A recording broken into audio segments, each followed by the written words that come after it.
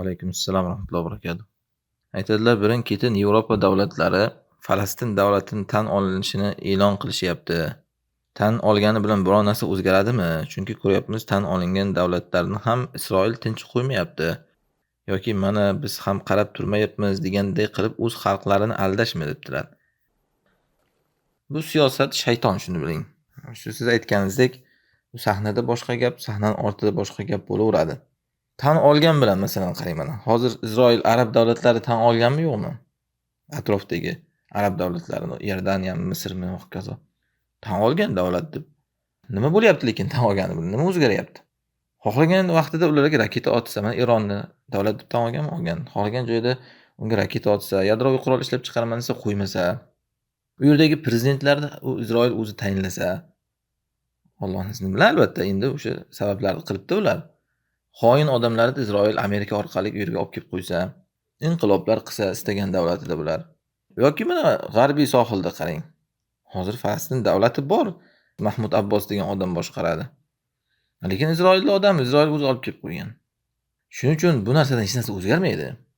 U o'sha Isroil Falastinni davlat deb tan olayotganlar makr yo'li bilan buni yengish kerak deydigan davlatlar. Ammo Isroilda o'zi bo'lsa, yo'q, men hech kimdan uyaladigan, qo'rqadigan joyim yo'q. Men ochiqchasiga yo'q qilaman falastinliklarni deb tug'yonga ketgan davlat. Xalqi, ya'ni millat ular. Farqi shu. Ikkalasi ham oxir-oqibat Isroil ham, ya'ni va boshqa Falastin davlat deb tan olamiz deyotgan Yevropada, Amerika orqasi kim bo'lsin. O'sha davlatlar ham oxir-oqibat islomga qarshi. Faqat Isroil aytadi, ochiqchasiga baralla e'lon qilamiz. Ular aytadi, yo'q, to'xtanglar. Bu makr bilan qilish kerak bu narsani deydi. Farqi shunda. O'yin bilan qilish kerak deydi. Bunisi o'ta ahmoq kofir, mana Isroilliklar. Ular bo'lsa o'zlaricha o'zlarining manfaati uchun sal bir siyosiy makkarroq kofir, ya'ni. Farqi shunda. Oxir-oqibat hech qanaqa bu musulmonlarga foyda emas. Aksincha, Falastin davlati tan olinishligi faqat musulmonlarga zarar beradi. Chunki yana bitta xoin davlat ko'payadi sahnada.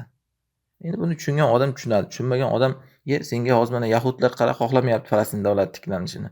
Sen ham yahudlar tarafdorimisan deydi. Bu odamlarga aytingki, ba'zan qadarda Allohning ishlarining siri bu. Shaytonning murodi bilan Allohning murodi muvofiq keladi. Bunda lekin Alloh shaytonning istagiga yetkazmaydi, u istagan narsasi bilan baribir. Alloh bandalarga xohlagan o'zi xayriga yetkazadi uni. Bunga bittasiga misol. Yusuf alayhisalom quduqqa tashlaganlar kim? Akalar. Kimning gapi bilan tashashdi? Shaytonni. Dalil bu narsaga qissan oxirida Yusuf alayhisalom aytganlar: "Min ba'di an nazagha shayton bayni va bayna ikhwati." Shayton men bilan akalarim o'rtasida ig'vo qilgandan keyin mana qaytib jamlandik yana deb qissan oxirida eslaydilar. Demak, akalar Yusuf alayhisalom quduqqa tashlashlikka kim ularni vasvas qilgan, hol joniga qo'ymay o'ldicha o'ldir yoki tashlab ket deb shayton. Xo'p, shayton tashlayapti, ig'vo qilyapti, shu yo'q qilinglar shuni deb. Quduqqa tashlab o'ldirib nima qilib bo'lsa ham. Lekin bu shaytonning murodini ortida kimning murodi turgan ekan o'zi? Allohning murodi turgan ekan. Chunki Alloh Yusuf alayhisalomni Misrga olib borgandan keyin aytdiki, "Kadalika makkannal Yusufa fil ard." Mana shunaqa qilib yer yuzida tamkin berdik Yusufga dedi. Ya'ni shu Misrga u kishi shuning uchun borgan o'zi, shu kerak edi o'zi Misrga borishligi. Uni Alloh shaytonning qo'li bilan ham qilaverar ekan, akalarning qo'li bilan ham qilaverar ekan. Ya'ni shayotinul insi val jinni qo'li bilan. Odam alayhisalomga jannatdagi mevani yema dedi. Yedilar. Kimning gapi bilan? Shaytonning gapi bilan. Favasvasalahum shayton. Jannatdan chiqdilar. Lekin shu kerakmidi baribir shu Alloh o'zi shuni istaganki, Alloh qayerda men insonni yarataman? Inni ja'ilun fil ardi xalifa, yerda xalifa yarataman degan. Jannatda demagan. Shayton nimaga xizmat qildi oxir-oqibat? Shayton shu Allohning murodiga xizmat qildi. Bu juda ham qaltis gap. Men buni o'sha surasini tafsirida gapirdim, boshqa darslarda ko'p gapirganman. Bu juda ham qaltis gap. Tushunmagan odam tushunmaydi, kofir ham bo'lib ketadi kerak bo'lsa yoki takfir ham beradi. Bu qara deydi, shayton bilan Allohning maqsadi bitta deyapti deb. Lekin bu qadariy hikmatni tushuntiryapmiz biz.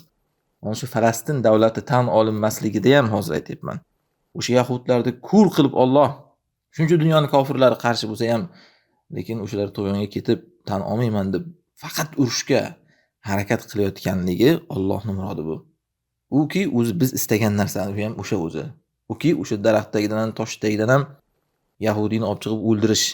O'shanday bo'lish uchun butun dunyo o'sha daraxt ham tosh ham O'ldiray, shuni jonga tegdi deyish uchun bular mana shunday ko'rnamay bo'lib Falastin davlatini tan olmay ochiqchasiga ana shu urush kerak. Kibrga ketib. Aks holda biz istagan o'sha toshdagidan, daraxtdagidan olib chiqib o'ldirish sodir bo'lmaydi hech qachon. Ammo johillar buni tushunmaydi. Allohning bu qadariy sirlarini ular o'ylaydiki, shu demokratik Falastin degan davlatdan olinsa hammasi yaxshi ketadi. Yo'q, bu nimaga o'xshaydi? Badaningizdan yara toshni tasavvur qiling. Kesakda o'sha yarani ustidan unga pudralar sepib, uni badanimiz rangiga o'xshatib qo'ysak, ana tuzaldi desak, to'g'rimi shu ish? Yara ichidan bir a'zoga shikast yetganidan darak. Uni ustini chiroyli qilib bir shuvab qo'ygan bilan bu tuzalmaydi bu. Hozirgi odamlarda Falastin davlati tan olinsin deyishgan shunga o'xshaydi. Buni shuvab qo'ysan Falastin davlati deb, bundan hech qanaqa foyda yo'q. Hech faqat va faqat zarar bor. Dinga ham, dunyoga ham. Xo'p, o'sha yarani tagidan olish, isloh qilish kerak, qo'parish kerak. Uni nima qilib uni mana shu bu millat, Yahud millati yo'q bo'lib, uki to'qnashuv bilan. Alloh mana shuni istaydi, bu musulmonlar bilan ularda to'qnashuv. Xuddiki mana Badr jangida aytdik. Kofirlar ham o'zlaricha urushamiz demagan, ko'zga ko'z tutib qo'yamiz, ular qo'rqitib qo'yamiz deb kelgan. Musulmonlar ham bir tomondan g'animat qilamiz karvonni deb kelgan, urushamiz demagan. Lekin liyaqdiyallohu amron, Alloh o'sha bitish kerak bo'lgan ishni bitirish uchun urushtirdi ikki tomonni olib kelib o'sha yerda. Liyahlika man halaka an bayyina, halok bo'lgan aynan bayonotda halok bo'lsin, yashagan yashasin. Bo'ladigan ish bo'lsin degan ya'ni. Liyaqdiyallohu amron kana maf'ula, shu bo'lish kerak bo'lgan ish bitish kerak edi. Bu yerda ham hozir shunaqa bo'lyapti demoqchiman. Shuning uchun buni hech qanday foydasi yo'q, tan olinishining balki zarari bor. O'sha kofirlar shunaqa qilib tan olmayotganligi ham aslida musulmonlarning foydasiga bo'ladi. Allohu alam.